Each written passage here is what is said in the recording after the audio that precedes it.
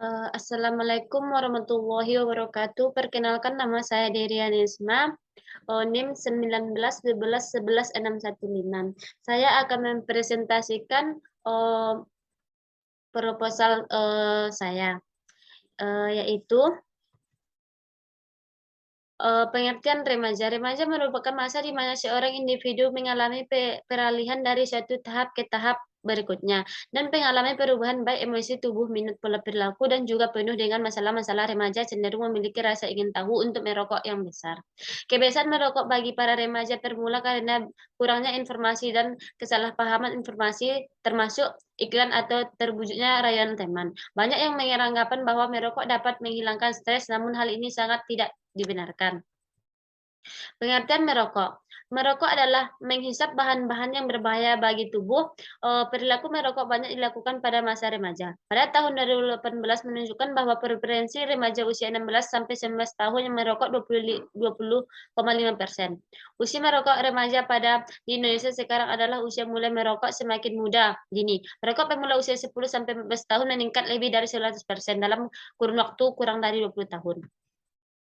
Faktor-faktor yang mempengaruhi kebiasaan merokok adalah tekanan teman sebaya, teman dengan perokok usia muda, status sosial ekonomi rendah, mempunyai orang tua yang merokok, saudara kandung, langsung sekolah, guru yang merokok, dan tidak percaya bahwa merokok mengganggu kesehatan.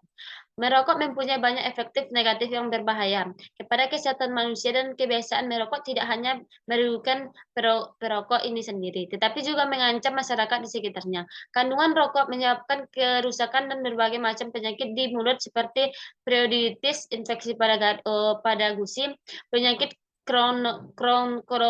kerongkongan seperti faringitis, infeksi faring, dan laringitis, infeksi laring atau pita suara. Penyakit ini bronkus seperti bronkius, infeksi bronkius. Pada penyakit paru-paru seperti kanker paru-paru dan penyakit pada obstruktif. Menurut WHO, tembakau membantu lebih dari 5 juta orang per tahun dan diproyeksikan akan menembus 10 juta orang sampai tahun 2021. Tahun jumlah itu 70% korban berasal dari negara berkembang yang didominasi oleh kaum laki-laki sebesar 7.000 juta, terutama di Asia. Banyak catatan atau metode yang merokok pada remaja dapat dijadikan referensi untuk berhenti merokok. Keinginan berhenti merokok tanpa diketahui dengan perubahan perilaku, maka kebiasaan merokok tersebut tidak akan berhenti. Namun tidak semua orang mengetahui cara berhenti merokok secara cepat.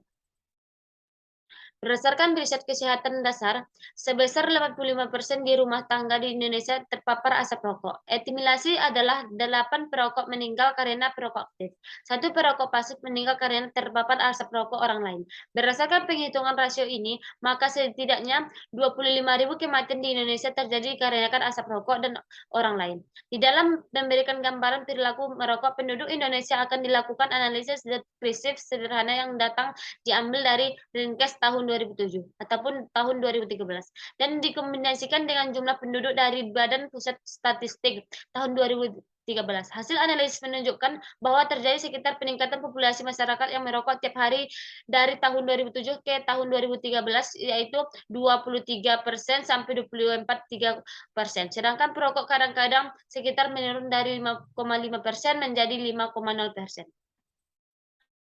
Sumatera Barat merupakan salah satu provinsi dengan jumlah konsumsi rokok terbanyak di Indonesia. Prevalensi perokok umur besar dari 15 tahun mengalami penurunan dalam 5 tahun terakhir. Namun selalu lebih tinggi dibandingkan dengan prevalensi nasional. Bahkan Sumatera Barat menempati urutan ketiga sebagai provinsi dengan konsumsi rokok terbanyak tahun 2007. Presentasi tertinggi berdasarkan usia pertama kali merokok di Kota Padang terdapat pada usia remaja, yaitu 15 sampai 19 tahun, yaitu 46,3%. Pendidikan kesehatan dapat dilakukan dengan metode dan media berbeda. Media digunakan untuk mempermudah penyampaian pesan kepada target pendidik. Salah satu media yang sering digunakan yaitu media leaflet dan poster. Pada media leaflet dan poster ini dapat menampilkan gambar-gambar yang menarik, lebih lengkap, lebih praktis untuk di bawah. Mudah dipelajari di mana saja dan juga memerlukan arus listrik yang kadang-kadang menjadi kendala pendidik kesehatan dengan media slide. Berdasarkan hasil penelitian di beberapa SMA di Jakarta, setiap siswa memulai merokok dengan presentasi 40% sebagai perokok aktif terdiri atas 35% putra dan 5% putri. Kebiasaan merokok pada pelajar disebabkan karena kesalahpahaman informasi, pengaruh iklan, dan pengaruh teman. Diperoleh hasil angket Yayasan Jantung Indonesia sebanyak 77% siswa merokok karena pengaruh teman dalam berdasarkan latar belakang dan data-data di atas, penulis meneliti terkait meneliti pada ada pengaruh pendidikan kesehatan terhadap pengetahuan dan sikap siswa tentang bahaya merokok sekolah. Rumusan masalah berdasarkan uraian latar belakang di atas, maka dapat dirumuskan masalah penelitian yaitu pengaruh pendidikan kesehatan terhadap pengetahuan siswa tentang bahaya merokok di sekolah. Tujuan umum, mengetahui pengaruh pendidikan kesehatan terdapat pengetahuan siswa yang bahaya merokok di sekolah. Tujuan khusus, mengetahui distribusi frekuensi rentanan skor sebelum meningkat kekuatan otot sebelum dilakukan pengaruh bahaya merokok bagi remaja. Mengetahui distribusi frekuensi rentan skor sesudah meningkat pengaruh bahaya merokok bagi remaja. Mengetahui perbedaan skor meningkat pengaruh bahaya merokok pada remaja. Bagian pelayanan keperawatan penelitian tentang pengaruh penelitian kesehatan terhadap penelitian siswa tentang bahaya merokok di sekolah. Ini diharapkan dapat menjadi sumber masalah bagi tenaga. Bagi intervensi pendidikan dapat dijadikan masalah dalam bidang ilmu terkait khususnya dalam ilmu riset keperawatan. Bagi penelitian ini dapat digunakan sebagai referensi atau data pembanding untuk penelitian yang akan datang. Pengetahuan adalah merupakan hasil dari diri dari seseorang melakukan peningkatan terhadap suatu objek tertentu. Peningkatan melalui panca indera manusia sebagai besar pengetahuan manusia diperoleh di mana dan telinga pengetahuan juga diperoleh dari pendidikan. Pengalaman diri sendiri mampu mengalamikan orang lain, media massa maupun media lingkungan. Pengetahuan adalah atau hal mengetahui sesuatu segala yang ketahui berakal dengan suatu hal. Pengetahuan adalah bagian yang esensi dan ekstensi. Faktor yang mempengaruhi penelitian antara lain tingkat pendidikan yakni upaya untuk memberikan pengetahuan sehingga terjadi perubahan perilaku positif yang meningkat. Informasi seorang yang mendapatkan informasi lebih banyak akan mendapatkan pengetahuan yang lebih jelas.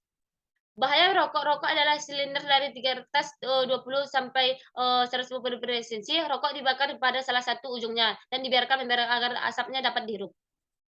Zat yang dikandung dalam rokok yaitu di dalam rokok banyak zat-zat yang berbahaya bagi kesehatan tubuh. Zat-zat tersebut dapat merusak fungsi organ-organ tubuh kita. Rokok sedang terbakar menghasilkan lebih dari 4.000 zat kimia. Banyak di antaranya yang bersifat toksik dan sekitar 40 zat menyebar. Hipotesa terdapat konsep adalah abstrak suatu realistis agar terdapat komunikasi dan membentuk suatu teori yang menjelaskan keterkaitan antara variabel. Hipotesa terdapat pengaruh pendidikan terhadap pengaruh siswa antara tingkat pengetahuan dan bahaya rokok. Tingkat dapat pengaruh pendidikan terhadap pengetahuan siswa antara lain tingkat pengetahuan tentang bahaya rokok dengan kajian rokok pada siswa. Desain penelitian yang digunakan dalam penelitian adalah survei analitik dengan penggunaan pendekatan yang mencapai variabel independen dan variabel dependen. Waktu yang tempat penelitian dilaksanakan di SMA 14 Padang dan penelitian ini dilaksanakan. Populasi adalah keseluruhan jumlah terdiri atas objek atau subjek yang mempunyai karakteristik dan kualitatif tentang hal ditetapkan pada penelitian untuk dipeneliti kesimpulan. Sampel. Sampel terdiri atas bagian populasi terjangkau yang dapat dipergunakan sebagai populasi.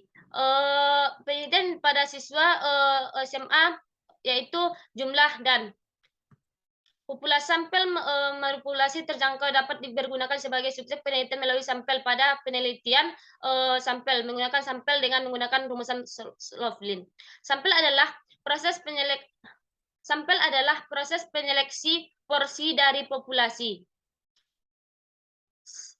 Sampling adalah proses menyeleksi porsi dari populasi untuk dapat mewakili populasi. Teknik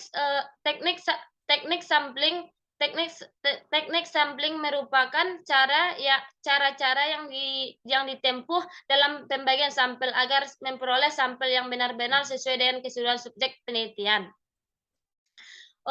Terima kasih. Hanya sekian PPT saya.